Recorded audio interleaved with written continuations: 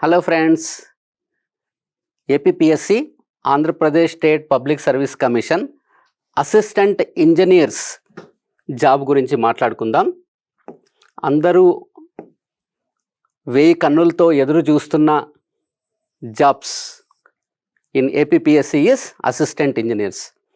Almost అన్ని హంగులు పూర్తి అయ్యాయి. మన జగనన్న రైట్ అంటే రేపే నోటిఫికేషన్ రావచ్చు, రేపే ఈ వెబ్సైట్లో మీకు కనిపించవచ్చు. జనరల్గా మనం ఏం చేయాలంటే అప్పుడప్పుడు తీరిక దొరికినప్పుడు ఒక్కసారి ఈ వెబ్సైట్ను చూస్తూ ఉండండి. దీనిలోనే నోటిఫికేషన్ కనిపిస్తుంది. ఆల్మోస్ట్ అన్ని హంగులు పూర్తి అయ్యాయి. Notification just awaited. Number of పోస్టులు సివిల్ ప్లస్ మెకానికల్ కలిపి 190 పోస్టులని అంటున్నారు. టెంటేటివ్ వేకెన్సీస్ అని రాశాను, కానీ చాలా మటుకు కన్ఫర్మ్డ్ వేకెన్సీస్ ఇవి. ఈ 190 పోస్ట్లో సివిల్ వెయిటేజ్ ఎంత, మెకానికల్ వెయిటేజ్ ఎంత అని చెప్పలేము. మెకానికల్ అరౌండ్ 10 to 20% రావచ్చు అని ఎక్స్పెక్ట్ చేస్తున్నాం అన్నమాట. మిగిలినవన్నీ సివిలే. సివిల్కు చాలా ఎక్కువ పోస్టులు ఉంటాయి. Very higher stake is for civil people. Scheme of examination for APPSC గురించి మాట్లాడదాం. ఫర్ ఏఈ ఏపీపీఎస్సి 2017లో ఏఈ పోస్టులు పడ్డాయి లాస్ట్ టైం. సో అందులో చాలామంది అప్లై చేశారు. అందువల్ల వాళ్ళు screening test and mains test అది రెండుగా విడగొట్టారు. ప్రస్తుతం వస్తున్న రూమర్స్ ఏంటంటే స్క్రీనింగ్ టెస్ట్ లేదు, డైరెక్ట్లీ మెయిన్స్ టెస్ట్ మాత్రమే ఉంటుంది అని చెప్పేసి చాలామంది అంటున్నారు. కానీ చెప్పలేం, ఎందుకంటే 40,000 అండ్ అబవ్ క్యాండిడేట్స్ అప్లై చేశారనుకోండి సేమ్ కేటగిరీ ఆఫ్ పోస్టుల కోసం, ఆన్లైన్లో మేనేజ్ చేయడం కష్టం అవుతుంది. అందుకని చెప్పేసి ఏం చేస్తారంటే స్క్రీనింగ్ టెస్ట్ పెడతారు. Screening test is offline mode. OMR షీట్లు ఇచ్చి రౌండ్లు చేసి చేయమంటారు. అందులో చెత్తను ఎరివేసి మంచి వాళ్ళను నెక్స్ట్ స్టేజ్కు అవకాశం ఇస్తారనమాట. అంటే ఏదైనా స్కాములు అలాంటివి ఉంటే అవి మినిమైజ్ అవ్వడానికి ఆస్కారం ఉంటుంది. అందుకని చెప్పేసి అలా చేస్తున్నారు. ఒకవేళ తక్కువ మంది అప్లై చేశారనుకోండి, తక్కువ మంది అప్లై చేస్తారనే ఛాన్స్ లేదు. ఎందుకంటే 2017లో లాస్ట్ పడ్డది. ఆల్మోస్ట్ 17 అంటే 18, 19, 20, 21 ఒక ఇంజనీరింగ్ కోర్స్ కంప్లీట్ చేస్తుంటారు. అంటే ఏఈ 2017లో అయిన వాళ్ళు ఇంజనీర్లు కూడా అయిపోయి ఉంటారు. సో ఒకవేళ స్క్రీనింగ్ టెస్ట్ ఉంటే ఇది మనకు వర్తిస్తుందన్నమాట. Paper 1 general studies, paper 2 civil and mechanical combined for the exam. Diploma level క్వశ్చన్సే ఉంటాయి. జనరల్ స్టడీస్లో ఓన్లీ 50 మార్క్స్కు పేపర్ ఉంటుంది. 50 క్వశ్చన్స్ ఉంటాయి. అంటే 50 minutes టైం ఉంటుందన్నమాట. ఒక్కొక్క క్వశ్చన్కు ఒక్కొక్క మార్క్ అండ్ ఒక్కొక్క మినిట్ ఆఫ్ టైం ఉంటుంది. Time is very crucial here. Time management కరెక్ట్గా రాకపోతే ఎగ్జాము రాయడం కష్టం. మీరు ఎంత తోపైనా సరే ప్రాక్టీస్ లేకపోతే కష్టం అవుతుంది. అందుకనే బాగా ప్రాక్టీస్ చేయాలి. So practice is very much required for any kind of competitive exams. అదే CE and ME together diploma level technical paper 100 marks ఉంటుంది. స్క్రీనింగ్ టెస్ట్ ఇది 100 questions and 100 minutes of time. ఒక్కొక్క క్వశ్చన్ 1 మార్కు 1 minute ఖతం చేయాలి. ఇక్కడ వచ్చిన point ఏంటంటే 1/3 negative mark ఉంటుందన్నమాట. మీరు కరెక్ట్ చేస్తే 1 మార్క్ వచ్చేస్తుంది. ఒకవేళ కరెక్ట్ చేయకపోతే 1/3 నెగటివ్ పడిపోతుంది. వదిలేశారనుకోండి 0 మార్కులు వస్తాయన్నమాట. అంటే లక్కుకు ఆస్కారం లేకుండా కొంతమంది సుడిగాళ్ళు ఉంటారు, బాగా లక్కు ఉంటుంది, వాళ్ళు అలా చూసి టిక్ కొట్టుకుంటూ వెళ్ళిపోతారు. వాళ్లకు లక్కుతోటి మార్కులు వస్తూ ఉంటాయి. అలాంటి వాటిని ఎలిమినేట్ చేయడానికి కోసము జగనన్న నెగటివ్ మార్క్స్ ఇంక్లూడ్ చేశాడు. చాలామంది వద్దు అంటున్నారు, కానీ నెగటివ్ మార్కింగ్ ఉంటే రియల్ కాంపిటీషన్ బయటకు వస్తుంది. సో నెగటివ్ మార్కింగ్ ఉంటేనే కరెక్ట్. కొద్దిగా స్కోరింగ్ లెవెల్ తగ్గుతుంది, కానీ బాగా చదివిన వాడికి ఎక్కువ అవకాశం ఉంటుంది. క్యాలిక్యులేటర్ నాట్ అలౌడ్, ఎందుకంటే అంత లెవెల్ ఆఫ్ క్వశ్చన్స్ ఇవ్వరు ఏఈ ఎగ్జామ్లో. క్యాలిక్యులేటర్ మన బయట నుంచి తీసుకెళ్లే క్యాలిక్యులేటర్, ప్రోగ్రామబుల్ క్యాలిక్యులేటర్ అలౌ చేయరు. Screening test generally OMR. Screening టెస్ట్లో పాస్ అయిన తర్వాత మళ్ళీ ఒక లిస్టును విడుదల చేస్తారు. ఏపీపీఎస్సి, వాళ్ళు మెయిన్స్కి అర్హులు. మెయిన్స్ మరీ ఉంటుంది. Same syllabus for prelims and syllabus for mains same to same. ఇక్కడ మళ్ళీ జనరల్ స్టడీస్ వెయిటేజ్ పెంచాడు చూడండి. ప్రీవియస్లీ 50, నౌ 100 పెంచాడు, 150 క్వశ్చన్స్ అండ్ 150 minutes. కొద్దిగా నంబర్ ఆఫ్ క్వశ్చన్స్ పెంచాడు జనరల్ స్టడీస్లో.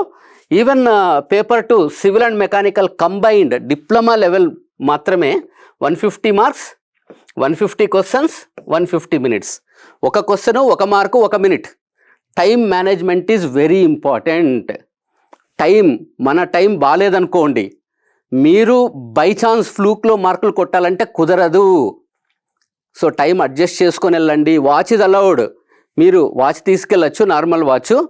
లేకపోతే మన computer, this is mains exam, మన కంప్యూటర్ బేస్డ్ టెస్ట్ కాబట్టి కంప్యూటర్లో మనకు టైం ఎంత మిగిలింది, ఎంత కన్జ్యూమ్ చేస్తుంది అనేది మనకు తెలుస్తూనే ఉంటుంది. టైం అనేది చాలా ఇంపార్టెంట్.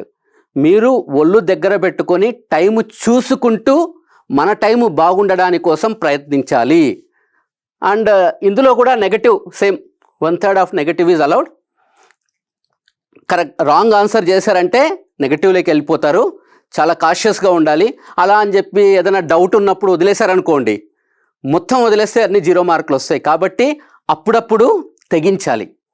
ఎప్పుడు తెగింపు వస్తుందంటే బాగా ప్రాక్టీస్ చేసి మనకు కాన్ఫిడెన్స్ ఉన్నప్పుడు తెగింపు వస్తుంది. ఆ తెగింపులో సగం తెగి కరెక్ట్ అవుతుందన్నమాట. సో ఆ కాన్ఫిడెన్స్ను బూస్టప్ చేయడానికి కోసము చదవాలి. బుక్కులు ముందు పెట్టుకొని ఎగ్జామ్ ప్రకారం చదవాలి. డిప్లొమా లెవెల్లో చదవాలి. మీరు ఇంజనీరింగ్ సర్వీస్ లెవెల్లో చదివారంటే ఫట్ అంటారు. డిప్లొమా లెవెల్లో చిన్న చిన్న స్పెసిఫికేషన్స్ పెట్టుకొని చదవాలి. డిప్లొమా లెవెల్ సిలబసే ఉంటుంది. ఇందులో కూడా calculator not allowed. Numerical questions ఉంటాయి. న్యూమరికల్ క్వశ్చన్స్ వితౌట్ క్యాలిక్యులేటర్ చేయొచ్చు. కానీ కొన్ని బౌన్సర్లు కూడా వస్తాయి. అంటే మీరైనా నేనైనా దానిలో సింప్లిఫై చేయలేని క్వశ్చన్లు వస్తాయన్నమాట. బౌన్సర్స్ అంటాం. ఒక పెద్ద బౌన్సర్ వస్తే క్రికెట్లో great cricket batsmen like Kohli or KL Rahul వాళ్ళు ఏం చేస్తారు, బౌన్సర్ వస్తే వదిలేస్తారు. ఎందుకు? బౌన్సర్ వస్తే వదిలేస్తే నెక్స్ట్ బాల్ ఆడే అవకాశం వస్తుంది, లేకపోతే పోతుంది. So be careful. Calculator is not allowed. Numerical క్వశ్చన్లు, సింపుల్ న్యూమరికల్ క్వశ్చన్లు మనం సాల్వ్ చేయాల్సి ఉంటుంది. అంటే మనం ఏం చేయాలంటే ఫస్ట్ అన్ని థియరీ క్వశ్చన్లు ఫస్ట్ అటెంప్ట్ చేసుకోవాలి.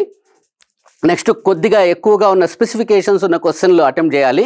తర్వాత లాస్ట్లో numerical based, formula based substitution, simplification ఉంటాయి కదా, అవి చేయాలి. ఒకవేళ టైం లేదనుకోండి, వదిలేయండి, ఏం కాదు. కొన్ని వదిలేస్తేనే మనకు కావలసినది దక్కుతుంది. సెంటిమెంటల్ ఉండకూడదు. మెంటల్నెస్ ఈజ్ వెరీ డేంజరస్. కాబట్టి క్వశ్చన్ ఏదైనా క్రిటికల్ ఉంటే వదిలేయండి, ఏం కాదు. ఎందుకంటే మనకు 100% క్వశ్చన్స్ ఆన్సర్ చేయాలని లేదు. పక్కన వాడికన్నా మనకు ఒకటి ఎక్కువ ఉంటే చాలు. అంటే జాబ్లో టాపర్ ఉంటాడు కదా, వాడికన్నా ఈక్వల్గానే ఒక 0.25 మార్క్ ఎక్కువ ఉన్నా కూడా చాలు, సరిపోతుంది మనకు. అది మన టార్గెట్. ఎప్పుడైనా ఎక్కడి నుంచైనా ఏఈఈ పరీక్షలకు Ace Deep Learn. Minimum qualifying marks in AE exam minimum కమ్సే కమ్ ఇంత రావాలి. ఇంతకన్నా తక్కువ వచ్చిందనుకోండి మిమ్మల్ని తీసుకోరు. ఒకవేళ పోస్టులు ఉన్నా కూడా ఈ మినిమం క్వాలిఫికేషన్ మార్కులు అయితే ఉండాలి.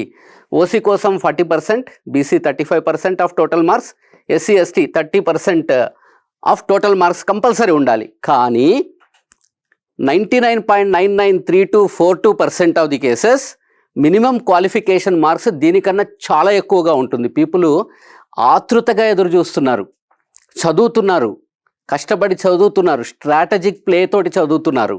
సో కాబట్టి ఈ మినిమం మార్కులతోటి మీరు జాబు కొట్టడము అనేది ఒక్క అన్ఇమాజినబుల్ స్టేట్మెంట్ మాత్రమే, అది కుదరదు. ఓకేనా? So next is reservations in recruitment as per roster system. మొత్తం అన్ని స్టేట్లు ఈ పర్సంటేజెస్ను ఫాలో అవ్వాల్సిందే. తెలంగాణ అండ్ ఏపీపీఎస్సి రెండు ఆల్మోస్ట్ ఈ పర్సంటేజెస్ను ఫాలో అవుతాయి. BCA, BCB, BCC, BCD BCE, SC and ST అన్ని పోస్టులు రిజర్వేషన్లు పోగా 33%, 33% గుర్తుపెట్టుకోండి, 33.33%, 33 అంటే 33.33% ఉమెన్ ఉండాలి. ఒకవేళ అన్ని పోస్టులు ఈ రోస్టర్ సిస్టమ్ తోటి సెట్ చేశారనుకోండి, కానీ 33.33% ఆఫ్ ఉమెన్ క్యాండిడేట్స్ లేరు, అప్పుడు అడ్జస్ట్ చేసి ఉమెన్ క్యాండిడేట్స్ను పిలుస్తారనమాట. నెక్స్ట్ క్వాలిఫికేషన్ లెవెల్ను అటు ఇటు మార్చి పిలుస్తారు. సో ఉమెన్ కేటగిరీ పీపుల్ కొద్దిగా ఎడ్జ్ ఉంటుంది, జాగ్రత్త. సో దగ్గర పెట్టుకొని, బుక్కులు దగ్గర పెట్టుకొని చదవండి. ఏఈ పోస్టులన్నీ డిప్లొమా లెవెల్ కదా, అందుకని డిప్లొమా ఫ్రెష్గా కంప్లీట్ అయిన క్యాండిడేట్ ఈ జాబ్స్కి ఎలిజిబుల్. డిప్లొమా జస్ట్ పాస్ అయిన క్యాండిడేట్ అంటే ఆఫ్టర్ 10th క్లాస్, 3 ఏళ్ళు డిప్లొమా కదా, 15, 16, 17, 18. So 18 is minimum qualifying age, maximum 40 years. దీన్ని పెంచాలి అని చెప్పేసి అంటున్నారు, ఎందుకంటే 2017 తర్వాత పోస్టులు లేవు, ఆల్మోస్ట్ 4 సంవత్సరాలు పోస్టులు లేక మేము అవకాశాలు కోల్పోయాము అని చెప్పేసి విజ్ఞప్తులు చేస్తున్నారు. కాబట్టి ఈ అప్పర్ లిమిట్ను పెంచే అవకాశాలు ఉన్నాయి. కానీ ఈ అప్పర్ లిమిట్ క్యాండిడేట్స్ ఉంటారు చూసారా, 40+ వాళ్ళలో చాలా కొద్ది మంది మాత్రమే మీకు కాంపిటీషన్ ఇస్తారు. మిగిలిన వాళ్ళు సబ్జెక్ట్ సగం మర్చిపోయి ఉంటారు, ఇంకొంతమంది సబ్జెక్టా ఏంటి అంటారు. సో అలాంటి వాళ్ళు ఎగ్జామ్ రాస్తారు, కానీ రియల్ కాంపిటీషన్లో మనకు అడ్డు రారు. సో ఫ్రెషర్స్కు చాలా అవకాశం ఉంటుంది.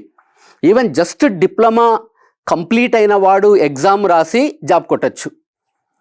ఏమంటే కాన్ఫిడెన్స్ ఉండాలి. వాళ్ళు జనరల్గా ఏమనుకుంటుంటారంటే, అరే ఇంజనీరింగ్ కంప్లీట్ అయిన వాళ్ళు, బీఈ, బీటెక్ కంప్లీట్ అయిన వాళ్ళు, ఎంటెక్ కంప్లీట్ చేసిన వాళ్ళు కూడా రాస్తున్నారు, ఓహో కాంపిటీషన్ చాలా కష్టం, నేను అందులో మునుగుతానా తేల్తానా అని చెప్పేసి అనుకుంటుంటారు. అది కాదు, ఎందుకంటే క్వశ్చన్లన్నీ డిప్లొమా లెవెల్ బేస్డ్ మీదే ఉంటాయి. కాబట్టి మీరు అంటే డిప్లొమా కంప్లీట్ చేసిన వాళ్ళు కూడా ఈక్వల్ ఆపర్చునిటీస్ తోటి జాబ్ కొట్టగలరు. హయ్యర్ క్వాలిఫికేషన్ ఉన్న వాళ్ళు కూడా జాబ్ కొట్టగలరు. బట్ నేను అంటున్నది ఏంటంటే, డిప్లొమా జస్ట్ కంప్లీట్ అయిన వాళ్ళు కూడా జాగ్రత్తగా చదివితే ఈ జాబులు కొట్టగలరు.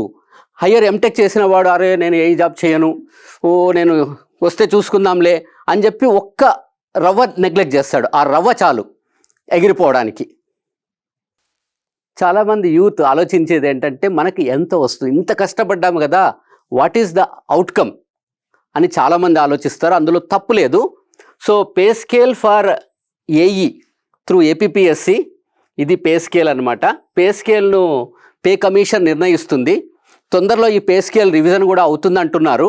అవుతే ఇంతకన్నా ఎక్కువ వస్తుందన్నమాట. స్టార్టింగ్లో 31,460 ఇది బేసిక్, మొత్తము DA, HRA, house rent allowance అన్నీ కలిపితే దీనిపైన ఇంకొక 60% ఎక్కువ ఉండే అవకాశం ఉంటుంది. సో ఈ వాల్యూను ఒక 1.6తో మల్టిప్లై చేసుకోండి, రఫ్గా మీ ఫైనల్ శాలరీ మీకు తెలుస్తుంది. సో ఇది మీకు డైరెక్ట్గా అకౌంట్లోకి వచ్చే శాలరీ, డైరెక్ట్ అనమాట. అంటే ఇండైరెక్ట్ ఏంటి సార్ అని అడగకండి. ఇండైరెక్ట్ మీ వాల్యూ పెరుగుతుంది, పెళ్లి చేసుకోవచ్చు, తొందరగా పెళ్ళి అవుతుంది. తర్వాత ఈ కాన్ఫిడెన్స్ తోటి నెక్స్ట్ లెవెల్ ఆఫ్ ఎగ్జామ్ ఏడబ్ల్యూ రాస్తారు, కొడతారు, ఖచ్చితంగా కొడతారు. మనకు కాన్ఫిడెన్స్ రావాలి. కాన్ఫిడెన్స్ ఎప్పుడు వస్తుంది? మనకు సక్సెస్ అలా వస్తూ ఉంటే మనకు కాన్ఫిడెన్స్ వస్తుంది. ఆ సక్సెస్ రావాలి అంటే ఇలాంటివి కొట్టాలి, జాబ్లో చేరాలి. తర్వాత ముందు స్టెప్ ఏడబ్ల్యూ ఎగ్జామ్ రాయాలి, ముందుకెళ్ళాలి. త్రూ ప్రమోషన్ ఇందులో కూడా వస్తుంది. మీకు ఆల్రెడీ ఇంజనీరింగ్ డిగ్రీ ఉంటే మీరు ఒక జీవో తెచ్చుకొని ఫైట్ చేసి జాబ్ కూడా తెచ్చుకోవచ్చు. అలా చాలామంది చేస్తారు. So AE job is almost equal to AW అనుకోండి. కాబట్టి కష్టపడండి, పడాలి, కష్టపడాలి. ఎప్పుడైనా ఎక్కడి నుంచైనా ఏఈఈ పరీక్షలకు Ace Deep Learn. Age limit relaxation అంటే మ్యాక్సిమం ఏజ్ 40 అన్నాం కదా, కొంతమందికి రిలాక్సేషన్ ఉంటుంది.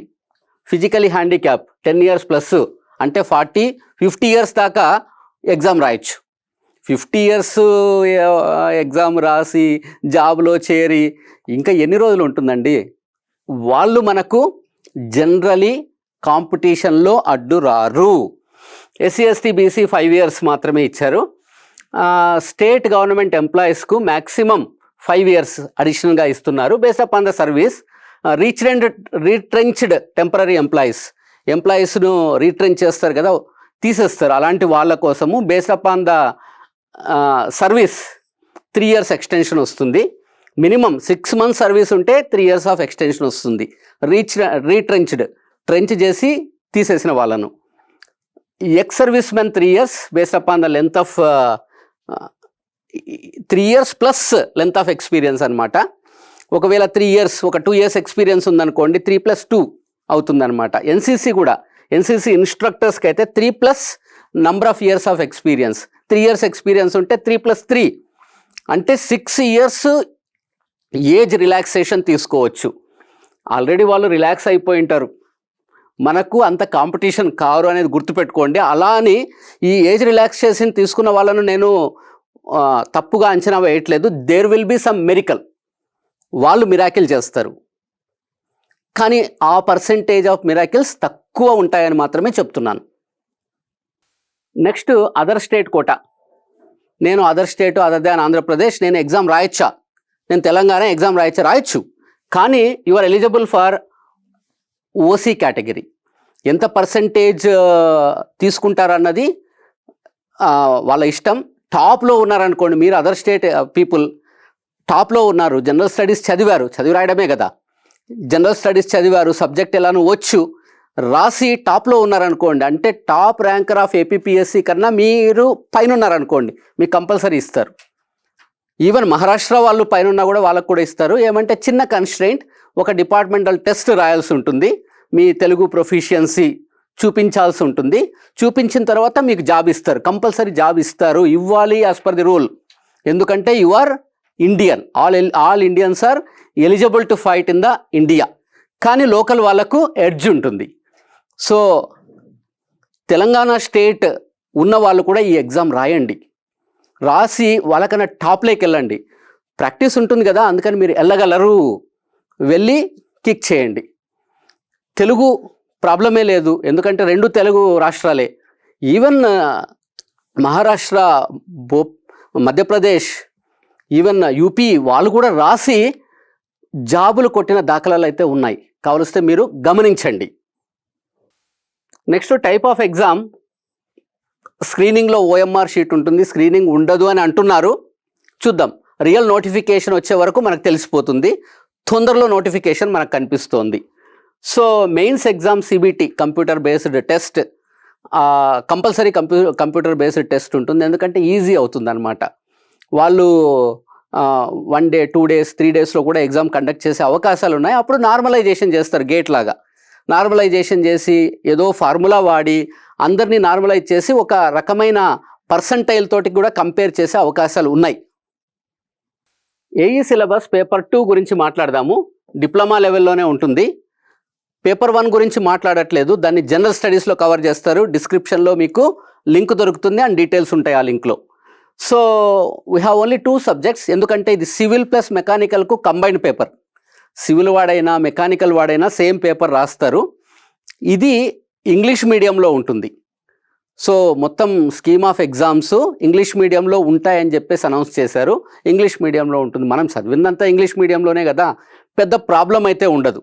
ఓన్లీ జనరల్ స్టడీస్లో ఏమైనా ప్రాబ్లం ఉంటే ఉండొచ్చేమో, కానీ టెక్నికల్లో ఇంగ్లీష్ మీడియంలో క్వశ్చన్ ఇంగ్లీష్లో ప్రింట్ అయి ఉంటేనే ఈజీగా గుర్తుపట్టగలం. ఎందుకంటే మనం చదివిందంతా మన ఇంగ్లీష్ మీడియం బుక్సే చదువుకుంటాం అనమాట. సో ఫస్ట్ 2 subjects ఉన్నాయి. First engineering mechanics and strength of material, and next is fluid mechanics and hydraulic machines. 50-50 weightage ఉంటుంది, ఆల్మోస్ట్ 50% ఆఫ్ వెయిటేజ్ ఉంటుంది. అన్ని డిప్లొమా లెవెల్ క్వశ్చన్స్, లెవెల్ మారదు. ఒకవేళ 1 or 2 లెవెల్ ఎక్కువ ఇచ్చినా కూడా అవి బౌన్సర్ను మనం ఎలానో టచ్ చేయం, ఎందుకంటే నెక్స్ట్ బాల్స్ ఆడాలి కాబట్టి. Next is AE syllabus paper 2 environmental పోస్టులు అనమాట. ఇది డిగ్రీ లెవెల్ పోస్టులు, డిగ్రీ లెవెల్ సిలబస్ ఉంటుంది. అంటే పిహెచ్ అండ్ మున్సిపాలిటీస్లో ఈ జాబ్స్ ఉంటాయి. మేబీ కొద్దిగా పర్సంటేజ్ ఆఫ్ జాబ్స్ మాత్రమే ఉండే అవకాశం ఉంటుంది. చాలా మటుకు లేకపోయినా కూడా ఆశ్చర్యం లేదు. సో పబ్లిక్ హెల్త్ అండ్ మున్సిపాలిటీస్లో ఈ ఎన్విరాన్మెంటల్కి సంబంధించిన జాబ్స్ ఉంటుంది. పేపర్ 1 సేమ్, కానీ పేపర్ 2 మాత్రము ఆల్మోస్ట్ ఏడబ్ల్యూ సిలబస్ అనమాట. ఏడబ్ల్యూ సిలబస్ ఉంటుంది. దీని ఎలిజిబిలిటీ డిగ్రీ ఉండాలి. కంప్లీట్లీ 4 years డిగ్రీ ఉంటేనే మీకు ఈ జాబ్స్ రాయడానికి అవకాశం ఉంటుంది. ఆ 4 years degree maybe BE, BTech or AMI కూడా అవకాశం ఉంటుందన్నమాట. సో ఆల్మోస్ట్ ఏడబ్ల్యూ సిలబస్ చాలా ఎక్కువగా ఉంటుంది. లెవెల్ ఆఫ్ క్వశ్చన్స్ కొద్దిగా ఎక్కువ ఉండే అవకాశం ఉంటుంది. అన్ని సబ్జెక్టులు ఉంటాయి కదా. 2017లో ఒకసారి ఈ ఎన్వైర్మెంటల్ పోస్టులు ఫిలప్ చేశారు. ఆ క్వశ్చన్ పేపర్స్ కూడా నేను డిస్క్రిప్షన్లో అటాచ్ చేస్తున్నాను, ఒకసారి చూడండి. లెవెల్ ఆఫ్ క్వశ్చన్స్ నార్మల్గానే ఉంటాయి. అంటే దీనికి సపరేట్గా ప్రిపేర్ అవ్వాల్సి ఉంటుంది. Only engineers 4 year degree are eligible. Questions చూద్దాము. Almost all the questions from AE paper of APPSC of 2017 అందులో నుంచి నేను తీసుకున్నాను. ఓన్లీ జస్ట్ మీకు చూపిద్దామన్నట్టు తీసుకున్నాను. సింగిల్ స్టేట్మెంట్ క్వశ్చన్స్ ఉంటాయి, ఇవి చాలా ఎక్కువగా కనిపిస్తాయి. విత్ ప్రాసెస్ ఆఫ్ ఎలిమినేషన్ తోటి మీరు ఆన్సర్ పికప్ చేసుకోవచ్చు. దీనికోసం అన్ని ఆప్షన్లు చదవాలి, బెస్ట్ ఆప్షన్ సెలెక్ట్ చేసుకోవాల్సి ఉంటుంది. So look at this question. Stream lines అట, path lines and streak lines are virtually identical for. Stream lines, path lines, streak lines అనేవి ఎందులో కోయిన్సైడ్ ఉంటాయి? యూనిఫామ్ ఫ్లో అన్నాడు. Flow uniform, discharges uniform. కానీ అందులో path lines, stream lines అనేవి ఒకే రకంగా ఉండకపోవచ్చు, కోయిన్సైడ్ అవ్వకపోవచ్చు. దీన్ని మనము ఎలిమినేట్ చేస్తాం. నాన్ యూనిఫామ్ ఫ్లోను డైరెక్ట్గా ఎలిమినేట్ చేయొచ్చు. Flow of ideal fluids, ideal fluids అయినా కూడా వేరియేషన్ ఉన్నప్పుడు వేరీ అవుతుంది. కానీ స్టడీ ఫ్లోలో మాత్రము వాటర్ స్టడీగా వెళ్తున్నప్పుడు path lines, stream lines and streak lines అన్నీ కోయిన్సైడ్ అవుతాయి. సో డైరెక్ట్లీ మనము అన్ని చదివిన తర్వాత బెస్ట్ ఆప్షన్ను మనము సెలెక్ట్ చేసుకోవాల్సి ఉంటుంది. టైం రిక్వైర్మెంట్ ఈజ్ ఒక 30 secondsలో చేయొచ్చు. ఇలాంటిది మీరు ఇంకో 30 seconds సేవ్ చేయగలిగారు అంటే ఇలాంటి క్వశ్చన్స్లో దాన్ని మనము న్యూమరికల్ క్వశ్చన్స్ను ఆన్సర్ చేసుకోవడానికి ఎండ్లో వాడుకోవచ్చు. ఈ క్వశ్చన్ చూడండి, strength of material question, numerical type of question. చిన్న ఫండమెంటల్ ఉంటే ఈజీగా ఆన్సర్ చేయొచ్చు. క్యాంటిలివర్ బీమ్ అట, లెంత్ 4 meter అంట, subjected to clockwise couple or moment of 12 kN అంటున్నాడు. What is the shear force at the fixed end? So మన APPSC, AE కానీ ఏడబ్ల్యూలో కానీ డిస్క్రిప్షన్ టైపే క్వశ్చన్లు ఉంటాయి, కానీ బొమ్మలు ఇవ్వడు. మనం బొమ్మలు డ్రా చేసుకోవాలి. క్యాంటిలివర్ ఏమంటున్నాడు? 4 meter లెంత్ అంటున్నాడు. ఒక couple, clockwise moment of concentrated moment of 12 kN at the free end అంటున్నాడు. మనకు shear force at the fixed end కావాలి. షియర్ ఫోర్స్ అంటే ఏంటి? Algebraic sum of forces either to the left of the section or to the right of the section. మనం free end నుంచినే వస్తాం. Generally క్యాంటిలివర్లో ఫ్రీగా enter అవ్వడానికి ఫ్రీ ఎండ్ నుంచినే ఉంటుంది. చూడండి, what is the force right of my hand? Force ఏంది లేదు, మూమెంట్ ఉంది. Moment is not creating the shear here. So next చూడండి, ఇలా ఇలా ఇలా జరుగుతున్నాను. ఫిక్స్డ్ సపోర్ట్ దగ్గరకు వచ్చాను. ఫిక్స్డ్ సపోర్ట్ దగ్గర రైట్ చూడండి, ఒక్క వైపే చూడు. That is the motto of our shear force and bending moment diagrams. రెండు వైపులా చూసారంటే మాడిపోతాం. So what is the moment right of my hand? 12. కానీ వాడు షియర్ ఫోర్స్ అడుగుతున్నాడు. What is the shear force right of my hand? No shear force. So shear force diagram is line. అంటే shear force లేనే లేదు. So shear force acting on the beam is 0. ఇది డైరెక్ట్గా pure bending case. ఇవి మీకు ఈ fundamental అలా చూస్తూనే ఆన్సర్ పెట్టగలగాలి. దానికోసం ప్రాక్టీస్ కావాలి. Practice makes everybody perfect. Not only man, monkey, donkey, buffalo, everybody will become perfect with practice. ఒక టాప్ మోస్ట్ ఇంటెలిజెంట్ ఒక్కసారి చదివి ఒక 60% గ్రాప్ చేశాడు అనుకోండి. ఒక average are below average level person 10 సార్లు చదివి వాడిని ఓవర్టేక్ చేస్తాడు. అది మన సూత్రం. ఆ పాయింట్ గుర్తుపెట్టుకోండి. So work hard, repeat more and more number of times. Next చూడండి, formula oriented questions. Just formula తెలిస్తే ఆన్సర్ పెట్టచ్చు, లేకపోతే ఇమ్మీడియట్గా without wasting time jump to the next question, jump చేయాల్సి ఉంటుంది. ఏమడుగుతున్నాడంటే centre of gravity of a semi circular area of radius R from the base is given by. ఒక semi circular area అట, semi circular area, thin plate lamina అట, centroid or centre of gravity ఎంత హైట్లో ఉంటుంది. So from the base నుంచి centroidal height 4r/3π. ఇది మనకు తెలుసు, చిన్నప్పటి నుంచి చాలాసార్లు, అంటే డిప్లొమాలో ఎంటర్ అయినప్పటి నుంచి చాలాసార్లు దీన్ని వాడుంటాం. దీన్ని మీరు రివైజ్ చేసుకోగలగాలి, ఇవన్నీ ఒక బుక్లో రాసి రివైజ్ చేసుకోవాలి. 4r/3π is the distance from the base. ఒక్కొక్కసారి కన్ఫ్యూజ్ చేయడానికి డిస్టెన్స్ ఫ్రమ్ అపెక్స్ అని కూడా ఇస్తాడు, అప్పుడు value will be r - 4r/3π అవుతుంది. జాగ్రత్తగా చదవాలి, క్వశ్చన్ చదివి ఆన్సర్ చేయాలి, లేకపోతే కష్టం. So answer is 1. ఎప్పుడైనా ఎక్కడి నుంచైనా ఏఈఈ పరీక్షలకు ఏస్ డీప్ లెర్న్. ఈ క్వశ్చన్ చూడండి, మల్టీ స్టేట్మెంట్ క్వశ్చన్, రేర్గా వస్తాయి. ఒక 2-3% ఆఫ్ టోటల్ క్వశ్చన్స్ ఇలాంటివి రావచ్చు, ఎందుకంటే అన్నీ చదివి ఆన్సర్ పెట్టాలి. చదవడానికి మనకు టైం ఎక్కువ తీసుకుంటుంది కాబట్టి ఇలాంటి క్వశ్చన్స్, న్యూమరికల్ క్వశ్చన్స్ సాల్వ్ చేసేకి ముందు మీరు టచ్ చేయాల్సి ఉంటుంది. చూడండి, consider following statements. Pelton wheel is a tangential flow impulse turbine అంటున్నాడు. Pelton wheel is impulse turbine, కరెక్టే. టాంజెన్షియల్ టు ద బకెట్ మన ఫ్లో ఉంటుంది. So this is correct statement. Francis turbine is an axial flow reaction turbine. Francis టర్బైన్లో radial డైరెక్షన్లో మనకు water move అవుతూ ఉంటుంది. This is not axial flow reaction turbine. Reaction turbine కరెక్టే, but not axial flow reaction turbine. So entry radial, exit is axial అనమాట. It's a mixed flow turbine.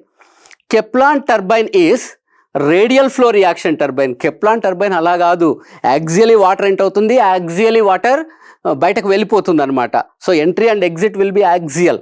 For low heads we use Kaplan turbine. గుర్తుందా? So అలాంటి చిన్న points గుర్తుపెట్టుకోగలిగితే చాలు. Which of the following statements is are correct? నాకు తెలిసిందేంటి, 1 only correct. So డైరెక్ట్గా మనం ఈ ఆన్సర్ను పికప్ చేసుకోవచ్చు. అంటే చూడండి, అన్ని చిన్న చిన్న క్వశ్చన్లే, ఫండమెంటల్ తెలిస్తే చాలు మనము కిక్ చేయొచ్చు, జాబును కొట్టచ్చు. ఏ ఎగ్జామ్ ప్రిపేర్ అవ్వాలనుకుంటే ప్రిపరేషన్ స్ట్రాటజీ చాలా సింపుల్. ఫస్ట్ సిలబస్ చదవండి, క్వశ్చన్స్ మొత్తం సిలబస్ నుంచినే వస్తాయి. సార్ అప్పుడప్పుడు అవుట్ ఆఫ్ సిలబస్ కూడా క్వశ్చన్స్ వస్తున్నాయి, అవి బౌన్సర్స్, వాటి గురించి పట్టించుకోకండి. మీరు అలా చదవాలనుకుంటే మీకు పెద్ద ఓషన్లో మీరు స్విమ్ చేయలేరు. సో మీరు సిలబస్ కాపీ దగ్గర పెట్టుకోవాలి, ఏమేమి చదువుతున్నారో వాటిని అండర్లైన్ చేసుకోవాలి. సిలబస్ చాలా తక్కువగా ఉంది కాబట్టి చదివినవన్నీ ఒక చిన్న నోట్బుక్ కొనండి, ఒక చిన్న క్లాస్మేట్ నోట్బుక్ కొనండి. ఒక 100 పేజెస్లో మొత్తం రావాలన్నమాట. చిన్న క్లాస్మేట్ నోట్బుక్ కొనండి. Say for example engineering mechanics, అందులో మనం గుర్తు పెట్టుకోవలసిన పాయింట్స్ని మాత్రమే రాయండి. అంత సోది చెత్త రాసి మన బుర్రను వేడి చేయనీకండి. You need to write only the things which you need to revise everyday. Strength of మెటీరియల్లో కూడా ఫార్ములాలు రాసుకోండి, అన్ని ఫార్ములాలు, కొన్ని సింపుల్ కాన్సెప్ట్స్ ఉంటాయి. డెఫినేషన్స్ అంత పెద్ద అక్కర్లేదు, ఎందుకంటే థియరీ ఈరోజు చదివినా కూడా 1 మంత్ తర్వాత అలాంటి రిలేటెడ్ క్వశ్చన్స్ చూస్తే మనం ఆన్సర్ చేయొచ్చు. Specifications are very important. స్పెసిఫికేషన్స్ను బాగా బట్టి కొట్టాలి, అంటే గుర్తుండిపోయేలాగా బట్టి కొట్టాలి. సో పారాయణం చేయాలి, పారాయణం చేస్తే మోక్షం లభిస్తుంది, జాబ్ వస్తుంది. కొంతమంది చేస్తుంటారు చూసారా, గీతా పారాయణ, హనుమాన్ పారాయణ, మార్నింగ్ లేచి చేస్తుంటారు. మీరు కూడా అలాంటిది చేయాలి. ఏం చేయాలి? ఫార్ములా పారాయణం చేయాలి. పారాయణం చేస్తే yes. Fluid mechanics and hydraulic మెషినరీలో కూడా మన డిప్లొమా లెవెల్ క్వశ్చన్స్ మాత్రమే చూసి చదవండి. అంతకన్నా ఎక్కువ లెవెల్ చదివారనుకోండి, రావచ్చు, ఏదో 1% క్వశ్చన్స్ రావచ్చు. ఆ 1% కోసం మీ ఎనర్జీ మొత్తం వేస్ట్ చేయకండి. So level of questions are very important. Question పేపర్ను 2-3 సార్లు చూడండి. 2017 పేపర్ ఉంది, చూడండి. ఏ రకమైన క్వశ్చన్లు అడుగుతున్నారు చూడండి. అలాంటి లెవెల్ క్వశ్చన్సే వస్తాయి, అంతకన్నా ఎక్కువ అయితే రావు. ఎందుకంటే diploma level is our syllabus. So మన 100 పేజెస్ క్లాస్మేట్లో మొత్తం అన్ని సిలబస్ ఫార్ములాలు, స్పెసిఫికేషన్స్ అన్నీ రాయండి. తర్వాత మార్నింగ్ నిద్రలేయండి. పళ్ళు తోముకోకపోయినా పర్లేదు, బ్రష్ చేయకపోయినా పర్లేదు, బుక్ ఓపెన్ చేయండి. మొత్తం అన్నీ ఒకసారి తిరగేయండి, ఫార్ములాలు, స్పెసిఫికేషన్స్ తిరగేయండి. వీలైతే రాయండి, చెత్త రఫ్లో రాసేయండి, రఫ్ పేపర్లో రాసేయండి. That is very much required. ఎందుకంటే అవి మన బ్రెయిన్లో పడ్డాయి అంటే దాని రిలేటెడ్ మనము సూపర్ హిట్ చేసుకోవచ్చు. సో హై లెవెల్ చదవకండి. కొంతమంది రీసెర్చ్ చేస్తూ ఉంటారు. రీసెర్చ్ చేసే వాళ్లకు జాబు చాలా కష్టంగా వస్తుంది.